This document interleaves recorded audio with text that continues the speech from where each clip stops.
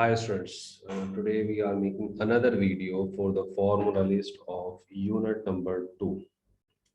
These are small notes kind of things, but it can be very helpful for your quick revision whenever you are starting the practice questions. Say you just want to have the quick look on the formula list before the exam. So these small points can be very helpful for you. So this is the reason we are making this list. It looks very simple sometime, but these simple points can be very helpful for us because we are making this list based on the topics.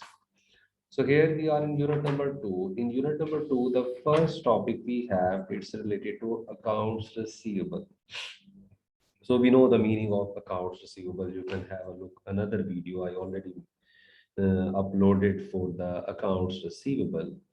So here the only one formula, first one we have related to the representation of account receivable in the balance sheet. So in the balance sheet, account receivable appearing at net realizable value, you have the gross account receivable. From this one, you subtract your allowance for uncollectible accounts. Here, just because of the space, we just consider the, you know, only we consider the uncollectible accounts, but in the new book, you will find the new word allowance for credit losses. So he is using it as a broader terminology. When I say allowance for credit losses, it include all kind of items which can reduce your account receivable in the future. Like that can be provision for sales return, provision for discount, and any other thing which can reduce your accounts receivable. So gross account receivable minus allowance for credit losses, we will have net realizable value of receivable. With this representation, it is showing in the balance sheet. Another topic in unit number 2, we have about allowance for this bad debts. How to calculate the allowance for uncollectible accounts. We have two methods. One of the method we have income statement approach. In income statement approach, how we calculate the amount of allowance. We apply the given percentage, estimated percentage, we apply on the credit sale. Like that, you will have the allowance for uncollectible accounts. In the same way, you calculate the allowance for uncollectible accounts in case of balance sheet method. How we calculate estimated percentage into accounts receivable. You will have a given percentage. That percentage you apply on the amount of account receivable. You will have the allowance for uncollectible accounts.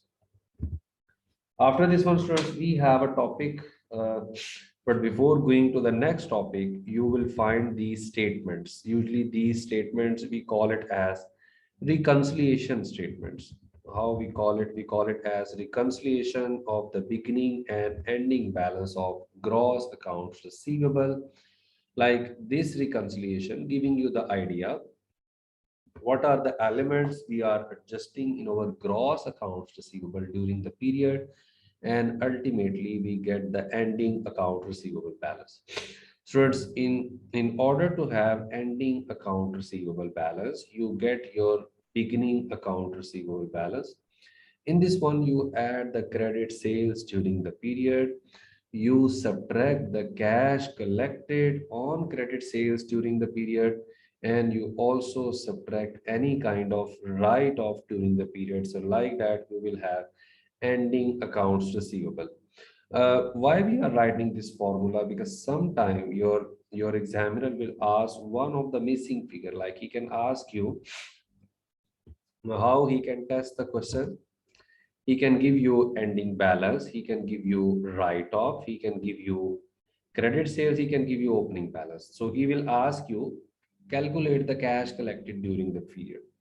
So as a balancing figure, you will have to calculate that. But the best way usually I suggest you should follow the T account approach.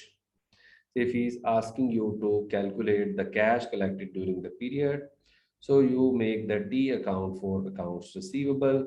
What are the entries we need to post on debit side or credit side?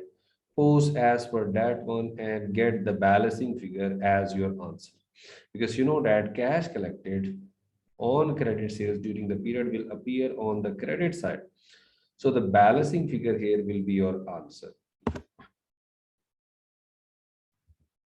Another reconciliation we have for the ending balance of allowance for uncollectible accounts. So the main purpose to prepare this statement, again, if our examiner asking for any kind of missing figure, we will be able to calculate that missing figure. In order to have ending balance of uncollectible accounts, allowance for uncollectible accounts. So it's alternative word, usually you will listen provision, allowance, these are same words. So here how we calculate the ending balance for uncollectible accounts, we get the opening balance. In this one, we add the bad debts expense, whatever we recognize during the period on allowance basis. We subtract the write-off and we add back the collection of accounts receivable previously written off. Like that, you will have ending allowance for uncollectible accounts. So same kind of question you can expect here as well. One of the figure he will give you as missing figure.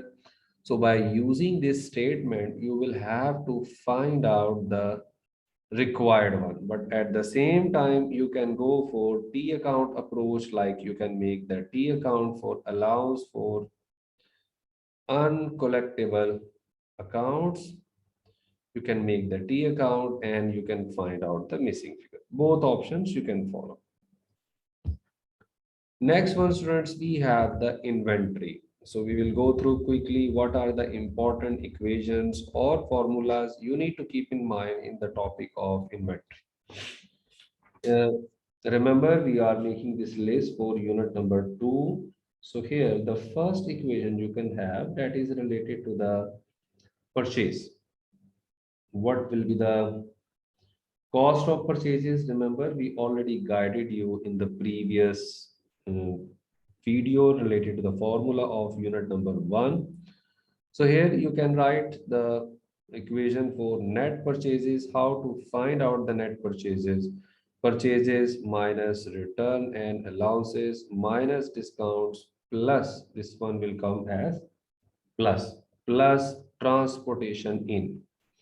Purchases, sometime typing mistake. Purchases minus return and allowances minus purchases discount plus transportation in, because any kind of direct cost related to the purchases, it's supposed to be the part of your purchase cost. So it can be any kind of like air freight, non-refundable taxes, all need to be the part of your purchases.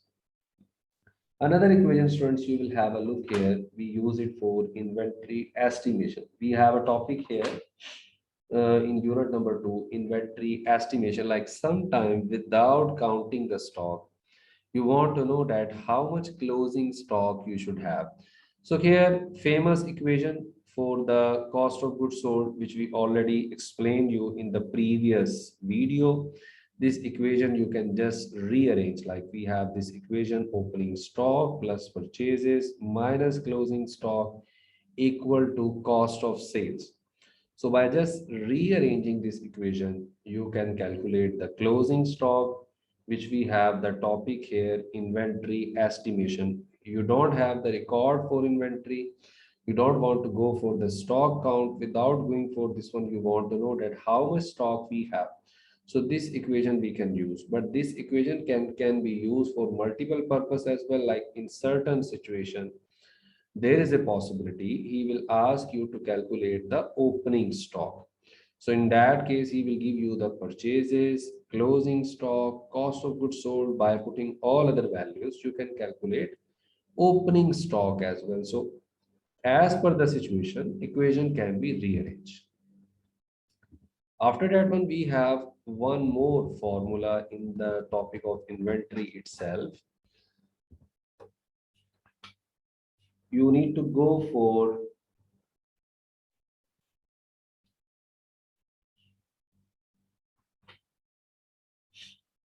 We have a topic, students, here in unit number 2. We have a topic of measurement of inventory subsequent to initial recognition. So as you know that we have already uploaded one more video for the LCM rule where we guided you how to calculate market and how you can apply the LCM rule, lower of cost or market. So now here we will give you the quick idea. What are the formulas you can write for your better understanding purpose so that before the exam you can have quick look on the list of these formulas.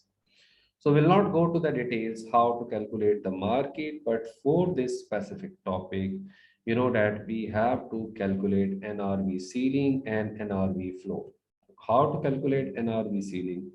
From the sales figure, you will subtract cost of completion and the cost of disposal.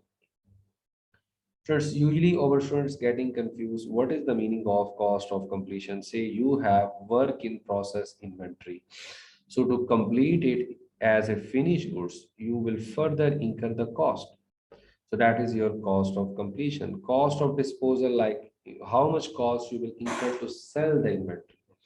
So you have to pay certain kind of commission to your salesperson that can be considered as cost of disposal.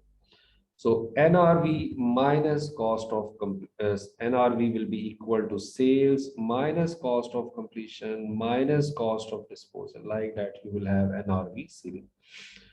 Further, in the same topic, you need to calculate NRV floor as well. That's very simple. From ceiling, you will subtract the profit margin. You will have NRV floor. All right, so here, to be on safe side, you can keep in mind the rule as well. These rules we already explained you in another video, how to apply this one. Like here, we said that current replacement cost, the short name we have CRC. Current replacement cost will be the market if it is not crossing NRV ceiling and floor. Crossing mean it is staying in between of these two values. In case if it is crossing the ceiling or NRV floor, we have to check which point it is crossing. That point will be your market. So like that, you can make your points. This was related to GAAP, LCM rule we discussed as per GAAP, formulas we discussed. After that one, students, we have the inventory measurement subsequent to initial recognition as per IFRS.